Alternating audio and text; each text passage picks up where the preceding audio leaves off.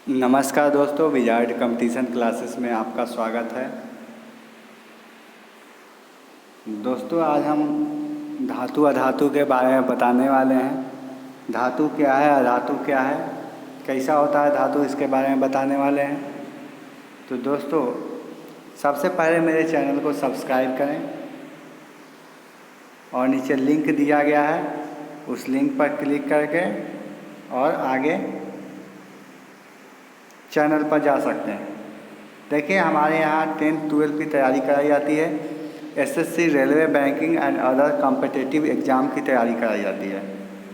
तो मेरे चैनल को सब्सक्राइब करें और लाइक, कमेंट और शेयर ज़रूर करें। कमेंट तो ज़्यादा से ज़्यादा करें, इसलिए कि जो भी आपको प्रॉब्लम होता है उसको कमेंट के माध्यम से हम तक पहुँचाएँ, हम उसका सॉल्यूशन देंगे आपको। ठीक है दोस्तों। तो देखिए, धातु और अधातु क्या है। धातु और अधातु में भौतिक अंतर। देखिए, सबसे पहले समझिए कि धातु और अधातु होता क्या है।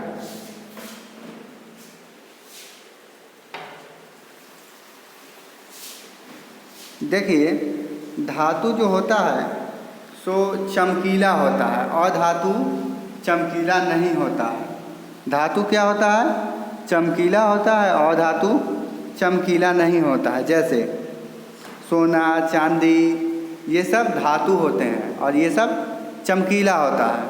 और अधातु जैसे कार्बन, सल्फर, हाइड्रोजन, ये सब जो है सो चमक नहीं होता है इन सबों में। ठीक।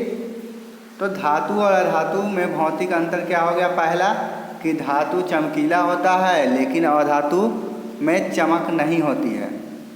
देखिए, अपवाद के लिए एक दो है जो अपवाद में है, जैसे आयोडीन और ग्रेफाइट, यह अधातु है और अधातु है, इसका मतलब इसमें चमक नहीं होना चाहिए। लेकिन आयोडीन को देखते हैं चमकीला होता है और ग्रेफाइट भी चमकीला होता है, या अधातु होते हुए भी चमकीला होता है। अगला दूसरा जो है सो धातुएं हमेशा विद्युत धनात्मक होती है।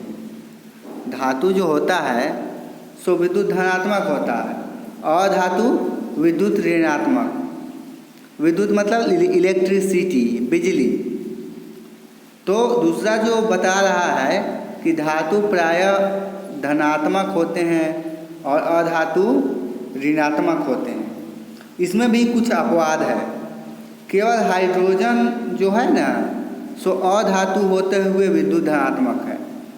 कहने का मतलब कि जो धातु होता है सो धनात्मक होता है और धातु ऋणात्मक होता है, लेकिन हाइड्रोजन अधातु होते हुए विद्युत धनात्मक है, मतलब वह अधातु है और वह विद्युत धनात्मक है। अगला जो टॉपिक है ग जो है सो धातु ऊष्मा एवं विद्युत का सुचालक है। ऊष्मा एवं विद्युत का सुचालक का मतलब होता है कि कोई वस्तु अपने अंदर से विद्युत धारा को इस पार से उस पार प्रवेश करने दे, उसे सुचालक कहते हैं। और कुचालक का अर्थ होता है कि वैसा पदार्थ जो अपने से होकर विद्युत धारा को इस पार से उस पार नहीं जाने दे, उसे कुचालक कहते हैं। तो धातु जो है सो ऊष्मा और विद्युत का सुचालक है और धातु जो है सो ऊष्मा और विद्युत का कुचालक है। लेकिन इसमें भी अपवाद है। अपवाद क्या है कि हाइड्रोजन तथा ग्रेफाइट अधातु होते हुए भी विद्युत सुचालक है। अब देख लीजिए, हाइड्रोजन और ग्रेफाइट क्या है, अधातु, और फिर भी यह विद्युत का सुचालक है। तो दोस्तों, अगर अच्छा लगा वीडियो तो चैनल को सब्सक्राइब करें, विजार्ड कंपटीशन क्लासेस, और बेल आइकन ज़रूर दबा दें जिससे नया वीडियो हमारा सबसे पहले आप तक पहुँचे। तो दोस्तों, अगला है कि धातुएं हमेशा ठोस अवस्था में होती हैं। धातु जो होता है ठोस मतलब मजबूत होता है। जैसे ईंट पत्थर हो गया, जो ठोस लोहा हो गया, उस पर धातुएं हमेशा ठोस अवस्था में होती हैं और अधातु हमेशा ठोस या गैस अवस्था में होती है। कहने का क्या मतलब कि अधातु जो होगा सो ठोस में होगा या गैस में भी हो सकता है, लेकिन धातु जो होता है सो हमेशा ठोस अवस्था में होता है। अब है इसका भी अपवाद है कि मरकरी, मरकरी समझते हैं, जो थर्मामीटर में जो द्रव पदार्थ रहता है जिसे हम पारा कहते हैं, उसी को हम मरकरी भी कहते हैं। यह द्रव अवस्था में होता है। अब बताइए, यह धातु होता है और फिर भी द्रव अवस्था में होता है। अगला है ब्रोमीन, ब्रोमीन अधातु होता है और फिर भी द्रव अवस्था में होता है। यानी धातु हमेशा ठोस या गैस अवस्था में होना चाहिए, धातु या धातु द्रव अवस्था में नहीं। अगला है कि धातुएं आघातवर्ध होते हैं, धातुएं आघातवर्ध तथा तन्य होते हैं परंतु अधातुएं नहीं। देखिए सबसे पहले आघातवर्धनीयता का मतलब समझिए, आघातवर्धनीयता क्या कहलाता है। यह भी क्वेश्चन आ जाएगा कि आघातवर्धनीयता क्या है।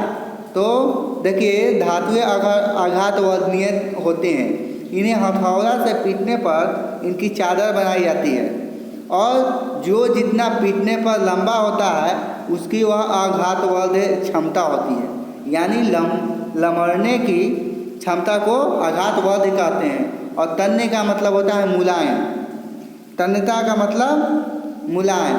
तो धातुएं आघातवर्ध और तन्य होती हैं परंतु अधातुएं आघातवर्ध और तन्य नहीं होती है। अब है अगला है कि धातुओं का घनत्व तो ऊंच होता है, ऊंच होता है, लेकिन अधातुओं का घनत्व तो क्या होता है, निम्न होता है। उसके बाद है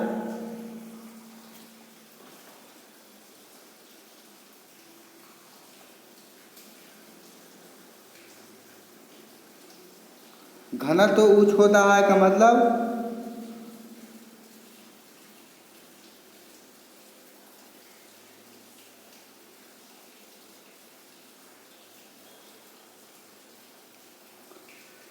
घनत्व उच्च होने का मतलब होता है कि यह भारी धातुएं होती हैं और जिनका घनत्व निम्न होता है, कम होता है, उन्हें हल्की धातुएं जो कहते हैं। जैसे एल्युमिनियम हो गया, मैग्नीशियम हो गया, इन सब धातुओं का घनत्व क्या होता है, निम्न होता है।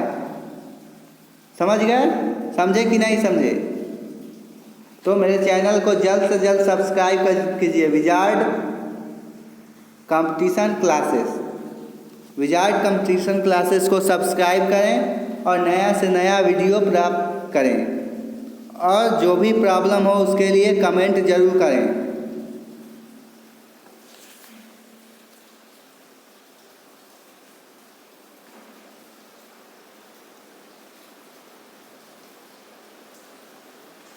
अगला जो है तो धातु और अधातु के रासायनिक आधार पर अंतर। देखिए वह यह था, एक नंबर जो था सो भौतिक आधार पर। यह क्या था, भौतिक आधार पर। भौतिक मतलब समझते हैं,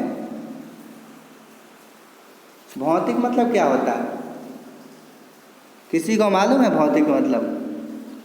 भौतिक का मतलब होता है कि किसी वस्तु को देखकर उसके बारे में जानकारी लेना, उसके आकार, गुण, रंग, इन सभी को देखकर उसके बारे में जानकारी लेना क्या भौतिक कहलाता है। और रासायनिक का मतलब है, रासायनिक का क्या मतलब है कि उसके, रासायनिक का मतलब है कि उसके संगठन, उसके आंतरिक जो रासायनिक अभिक्रिया होती है उस आधार पर उसके बारे में अंतर को बताना।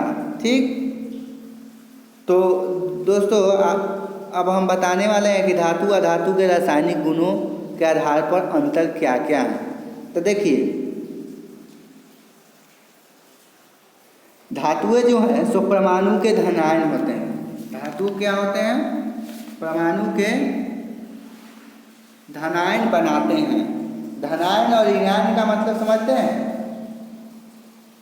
धनायन और ऋणायन किसे कहते हैं? धनायन का मतलब होता है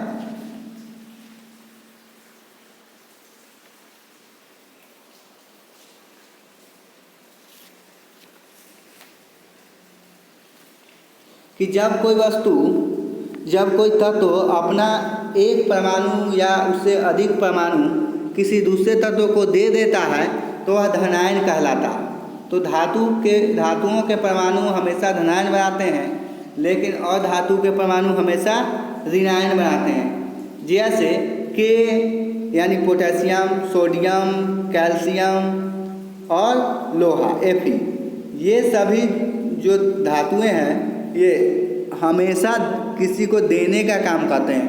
जो देता है वह धनायन कहलाता है और जो लेता है वह ऋणायन कहलाता है। तो आप जानते हैं कि धातुओं के बीच रासायनिक अभिक्रिया होती है और यह रासायनिक अभिक्रिया एक दूसरे को आपस में परमाणु का आदान प्रदान होता है, जिसके तहत एक तत्व धनायन बनाते हैं और दूसरा ऋणायन। तो हमारे कहने का मतलब है कि धातु जो होता है तो धातु के परमाणु धनायन बनाते हैं, लेकिन अधातु के परमाणु ऋणायन बनाते हैं।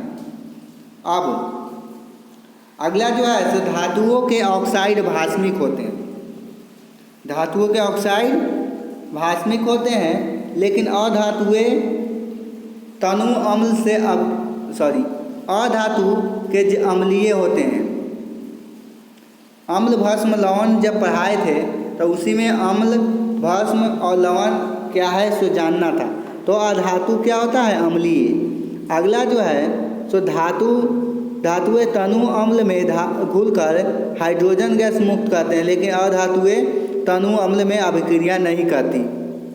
इसके बाद है अगला कि धातुएं हाइड्रोजन से संयोग नहीं करती है, मतलब धातुएं हाइड्रोजन से अभिक्रिया नहीं करती है, लेकिन अधातुएं हाइड्रोजन से अभिक्रिया कर हाइड्राइड बनाते हैं। उसके बाद है लास्ट, धातुएं अकारक होते हैं लेकिन अधातुएं ऑक्सीकारक होते हैं। तो दोस्तों कैसा लगा ये वीडियो? अगर अच्छा लगा तो लाइक करें, सब्सक्राइब करें, कमेंट करें। चाहने वाले आशिक हमसा कहाँ